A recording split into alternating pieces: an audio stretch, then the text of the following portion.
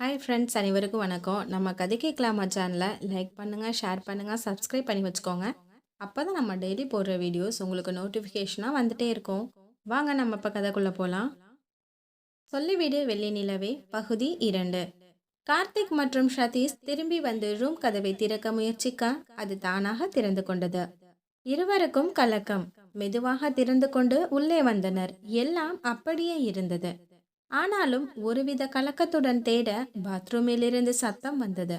இருவரும் அந்த சத்தத்தை கேட்டு அங்கு சென்று பார்க்க ஒரு பெண் தன் ஆடைகள் அங்கங்கு கிழிக்கப்பட்ட நிலையில் முகம் எங்கும் வியர்த்து கண்கள் கலங்க நின்று கொண்டிருந்தாள். அந்த பெண்ணை பார்த்த சதீஷ் சற்று அதிர்ச்சியுடன், யார் நீ? எதுக்கு இங்க வந்த? திருடியா நீ? என்றான். அவளோ பயந்தபடி நிற்க, ஏய் உன்கிட்டதான் என அந்த பெண்ணை மிரட்டினான். அதற்குள் கார்த்திக், இரு சதீஷ், அவங்கள பார்த்தா திருட வந்த மாதிரி தெரியல, என்னன்னு கேட்போம் என்றான். அந்த வார்த்தை அவளுக்கு நம்பிக்கை அளிக்க பேச ஆரம்பித்தாள். நான் திருடியெல்லாம் இல்ல, ப்ளீஸ் என்னை இப்போ வெளியில் அனுப்பிடாதீங்க என தரையில் முட்டி போட்டு கெஞ்சினாள். அவளை பார்க்கவே பாவமாக இருந்தது. யார் நீ? உனக்கு என்ன ஆச்சு என்றான் கார்த்திக். நான் ஒரு காலேஜ் ஸ்டூடெண்ட், இங்கு சுற்றுலாவுக்காக வந்தோம். வந்த இடத்துல சுத்தி பார்த்துட்டு இருந்தோம். அப்போ மழை அதிகமா பெஞ்சதால ஒரு இடத்துல ஒதுங்கி நின்னேன். ஆனா என்னோட ஃப்ரெண்ட்ஸ் எல்லாரும் கொஞ்சம் தள்ளி நின்னுட்டு இருந்தாங்க. அவங்க கிட்ட போகலான்னு நினைக்கிறதுக்குள்ள என்றவள் அழ ஆரம்பித்தாள். அவனுக்கு மீதி புரிந்தது. இருந்தாலும் அவளை கேள்வியாக பார்க்க அவளே அழுது கொண்டே தொடர்ந்தாள். 4 ரவுடி பசங்க என்ன ஒரு கார்ல கடத்திட்டு வந்துட்டாங்க. இந்த ஹோட்டல்ல வச்சு என்னை யாருக்கோ விற்க பிளான் பண்ணாங்க என அவள் அழுது கொண்டே கூறினாள். அவள் கூறியதை கேட்டதும் கார்த்திக் மனமும் கனத்தது. பின் அவளே தொடர்ந்தாள். அவனுங்க போதையில இருந்ததால அவங்க கிட்ட போராடி தப்பிச்சு வந்திருக்கேன். ஏதோ பெரிய ஆளுகிட்ட அனுப்பி வைக்க பேரம் பேசிட்டு இருந்தாங்க. தயவு செஞ்சு என்னை காப்பாத்துங்க என்று கையெடுத்து கும்பிட்டு கதறி அவள் அழுவதை பார்த்ததும் சதீஷ் மற்றும் கார்த்திக் ஒரு மாதிரியாக ஆனது. ஏனோ கார்த்திக்கிற்கு அவள் மீது ஒரு இனம் புரியா உணர்வு தோன்றியது. அவளை எப்படியாவது காப்பாற்ற வேண்டும் என முடிவு செய்தான். அதற்குள் வெளியே யாரோ கதவை தட்டும் ஓசை கேட்க சதீஷ் சென்று அது யாரென்று லென்ஸ் வழியாக பார்த்தான். வெளியே போலீஸ் நின்று கொண்டிருந்தனர். அதை பார்த்த சதீஷ் கார்த்திக்கிடம் கூற, அந்த பெண்ணும் சந்தோஷம் கொண்டு கதவருகே செல்ல அவளை சதீஷ் தடுத்தான். நீ என்ன லூசா? உன்னை அவங்க இங்க கடத்திட்டு வரும்போதே தெரியல இது ஒரு மாதிரியான ஹோட்டல்னு. இப்போ நீ போய் நின்னா உன் கூட சேர்ந்து நாங்களும் பிராத்தல் கேஸ்ல தான் உள்ளே போகணும் என சதீஷ் சொன்னதும் அவள் தலை குனிந்து நின்றாள். கதவு தட்டும் சத்தம் கேட்டுக்கொண்டே இருந்தது. அவள் மட்டுமல்ல, சதீஷ் கூட பயந்துதான் போனான். நிலை குலைந்து நின்றிருந்தவளின் கழுத்தில் பின்னால் இருந்து யாரோ தாலி கயிற்றை கட்ட அவளோ அதிர்ந்து போய் திரும்பி பார்த்தாள். அவளின் கழுத்தில் தாலி கட்டியது வேறு யாரும் இல்லை, அது கார்த்திக் தான். மீண்டும் அதிர்ச்சியுடன் இருவரும் கார்த்திக்கை பார்க்க அவனோ சதீஷை பாத்ரூம் உள்ளே சென்று மறைய சொன்னான். அவளுக்கு தான் போட்டிருந்த ஜர்க்கீனை போட கொடுத்து கட்டிலில் அமரச் சொன்னான். அவளும் தனது கலைந்த முடியை கைகளால் கோதிக்கொண்டு முகத்தை துடைத்து கட்டிலில் அமர்ந்தாள். வெகு நேரம் கதவை தட்டும் சத்தம் கேட்க கார்த்திக் கதவை திறந்தான்.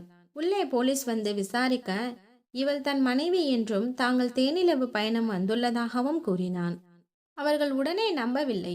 இவன் தன்னுடைய முகவரி அட்டையை காட்ட அவனின் வசதியை அறிந்த போலீசார், சரி சார், நாங்க வாரோம் என்று சொல்லிவிட்டு போலீஸ் இருவரும் அங்கிருந்து கிளம்பினர். உண்மையில் அந்த நேரத்தில் போலீஸ்காரர்கள் கல்லூரி சார்பாக கொடுக்கப்பட்ட புகாரின் பேரில்தான் அங்கு வந்தனர். அவளை தேடிக்கொண்டு சந்தேகப்படும் படியான ஆட்கள் யாரேனும் இருக்கிறார்களா என்பதை அறியவே வந்திருந்தனர். தவறாக புரிந்து கொண்டு இவர்கள் செய்த இந்த காரியம் என்னென்ன விளைவுகளை பிற்காலத்தில் ஏற்படுத்தும் என்பதை பொறுத்திருந்து பார்ப்போம். விசாரணைக்கு என்று வந்திருந்த போலீஸ்காரர்கள் இருவரும் வெளியில் போனதும் மெதுவாக குளியலறையிலிருந்து சதீஷ் வெளியே வந்தான். சுற்றுமுற்றும் பார்வையை செலுத்தியவனின் கண்கள் கட்டிலில் அமர்ந்திருந்த பெண்ணின் மீது பதிந்து நின்றிட அவளது கண்கள் மீண்டும் கலங்க ஆரம்பித்தது. உதட்டை கடித்துக்கொண்டு அழுகையை கட்டுப்படுத்த முயன்றாள். ஆனால் மனதில் இருந்த கேள்விகள் அவளின் கண்ணீரை கட்டுப்படுத்த முடியாமல் கரைபுடைத்து வெளியே வந்தது. அவளின் நிலையை உணர்ந்த கார்த்திக் அவளின் அருகில் சற்று நெருங்கி நின்று, சாரிங்க, எனக்கு அப்போ வேற வழி தெரியல. அதுவும் இல்லாம என்னோட ஃப்ரெண்டு சதீஷ்க்கு அடுத்த 2 வாரத்துல கல்யாணம். இப்ப போய் இப்படி ஒரு கேஸ்ல மாட்டிக்கிட்டா ரொம்ப கஷ்டம். அதான் என்றான் தயக்கமாக. ஆனால் அவளோ எவ்வித பதிலும் பேசாமல் அமைதியாக இருந்தாள். ஆனால் கண்களிலிருந்து கண்ணீர் மட்டும் ஓயாமல் வழிந்தது. அவனுக்கு அதற்கு மேல் அவளிடம் என்ன பேசுவது என்று தெரியாமல் வெறுமனவே நின்றான். இருவரின் நிலையை உணர்ந்த சதீஷ், கார்த்தி, நீ பாட்டுக்கு இப்படி தாலியை கட்டிட்டியே, இனி என்ன பண்ண போற? இதுல இருந்து எப்படி என முடிக்கும் முன், நான் அந்த பெண்ணையும் நம்மளையும் காப்பாத்திக்க தான் நான் அப்படி பண்ணினேன். எனக்கு அப்போ அதை தவிர வேற வழியே தெரியலடா. அதான் கட்டினேன். ஆனா இதுக்கு மேல எனக்கு என்ன பண்றதுன்னு தெரியல என்ற கார்த்திக் அவளின் முகம் பார்த்தான். அழுது சிவந்த கண்கள், கலைந்த தலைமுடி, சின்னஞ்சிறு உதடு. அழுகையை கட்டுப்படுத்த கடித்ததில் சிவந்து போய் இருந்தது. களைத்து போய் பொலிவு இன்றி இருந்த போதும் மேகம் மூடிய நிலவென ஒளிர்ந்தது அவளது அழகு. அவளை சிறிது நொடி ரசித்தவன் ஏதேனும் தன்னிடம் சொல்வாளா என எதிர்பார்த்து நின்றான். ஆனால் அவள் எதுவும் சொல்லாமல் அமைதியாக தலை குனிந்து அழுது கொண்டிருந்தாள். அவளுக்கும் என்ன செய்வது என்று புரியவில்லை. திடீரென நிகழ்ந்ததை ஏற்றுக்கொள்வதா இல்லை விலகி செல்வதா? அவன் மனதில் உள்ளதை தான் அவனும் சொல்லிவிட்டானே என்று பலவாறு சிந்தித்தவள் எப்படி பதில் கூறுவாள்? இருவரின் கனத்த மௌனத்தை கண்ட சதீஷ் கார்த்திக்கிடம், டே, நீ என் கூட கொஞ்சம் வா என அவனை அழைத்து கொண்டு கேன்டீனுக்கு சென்று விட்டான். அவனை ஒரு இருக்கையில் அமர வைத்தவன், டே, சொல்றத கேளு, அந்த பொண்ணை காப்பாத்தியாச்சு. இனி அவளோட வழிய அவ பார்த்துட்டு போகட்டும். நாம நம்ம ஊருக்கு போவோம் என்றான் சதீஷ். ஆனால் கார்த்திக் அமைதியாகவே இருந்தான். என்னடா இப்படி ஒன்றும் சொல்லாம இருக்கிற என சதீஷ் கேட்க, அது தப்புடா. அந்த பொண்ணுக்கு தாலியை கட்டிட்டு இப்போ போன்னு சொன்னா அந்த பொண்ணு நிலைமையை நினைச்சு பாருடா என்றான் கவலையாக. டேய், என்னடா நீ, அதுக்கு யாருன்னு கூட தெரியாத பொண்ணை கூட்டிட்டு போய் இவதான் உன் மருமக அப்படின்னு உங்க அம்மா முன்னாடி நிக்க வைப்பியா? உங்க அம்மா அதை ஏத்துக்குவாங்களா என்றான் கடுப்பாக. டே, ஆனா என கார்த்திக் ஆரம்பிக்க அவனை இடைநிறுத்திய சதீஷ், ஆனாவும் இல்லை ஆவனாவும் இல்லை, அந்த பொண்ணுக்கிட்ட நான் பேசுறேன். அவ எங்க இருந்து வந்தான்னு கேட்டுட்டு நாம கூட அவளை அங்க சேஃபா கொண்டு போய் விடலாம். அதுக்கு மேல எதையும் செய்ய முடியாது. இத மனசுல வச்சுக்கிட்டு என் கூட வா, போகலாம் என்று கூறி கார்த்திகை அங்கிருந்து அறையை நோக்கி அழைத்து சென்றான் சதீஷ். அவன் கூறியதற்கு எல்லாம் மறுப்பேதும் சொல்லாமல் கார்த்திக் அமைதியாக வந்தாலும் உள்ளம் ஏனோ அவன் வார்த்தைகளை ஏற்க மறுத்து கொண்டுதான் இருந்தது. அவர்கள் இருவரும் ரூமிற்கு வந்த சமயம் அங்கு யாரும் இல்லை. அதில் அதிர்ச்சி அடைந்த இருவரும் சுற்றும் முற்றும் தேடி பார்த்தனர். அங்கு கட்டிலின் மேல் அவள் அமர்ந்திருந்த இடத்தில் ஒரு கடிதம் மட்டும் இருந்தது. அதில், நீங்கள் செய்த உதவிக்கு நன்றி, இனி உங்கள் வாழ்வின் குறுக்கே வரமாட்டேன். உங்களை இந்த பிரச்சனையில் சிக்கி வைத்ததற்கு என்னை மன்னித்துக் கொள்ளுங்கள் என்று இருந்தது.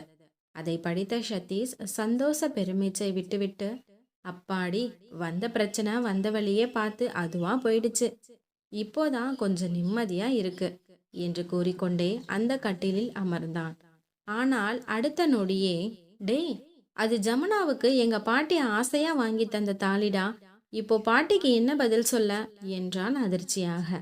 டே, அதே மாதிரி தாலி கூட வேற வாங்கிக்கலாம், ஒன்னும் ப்ராப்ளம் இல்ல. ஆனா அந்த பொண்ணு இந்த நேரத்துல எங்க போயிருப்பா? மறுபடியும் ஏதாவது ஆபத்துல மாட்டியிருந்தா?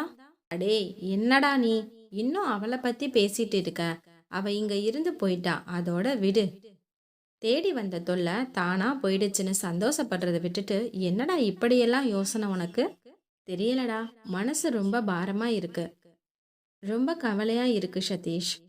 கண்டதையும் யோசிச்சு குழம்பாம படுத்து தூங்கு, விடிஞ்சதும் ஊருக்கு கிளம்பணும் என்றான் சலிப்பாக. பின் எவ்வித கவலையும் இன்றி சதீஷ் தூங்கிவிட கார்த்திக் மட்டும் தூக்கம் வராமல் அவளை நினைத்து குழம்பிக் கொண்டு இருந்தான். என்னதான் இக்கட்டான சூழ்நிலை இருந்தாலும் சட்டென ஒரு பெண்ணிற்கு தாலி கட்ட முடியுமா? இனி என்ன ஆகும்? நம்ம சேனலை லைக் பண்ணுங்க, ஷேர் பண்ணுங்க, சப்ஸ்கிரைப் பண்ணி வச்சுக்கோங்க. அப்பதான் நம்ம டெய்லி போடுற வீடியோஸ் உங்களுக்கு நோட்டிஃபிகேஷனாக வந்துட்டே இருக்கும். இந்த கதையோட பகுதி 3 அடுத்த வீடியோவில் நம்ம பார்க்கலாம்.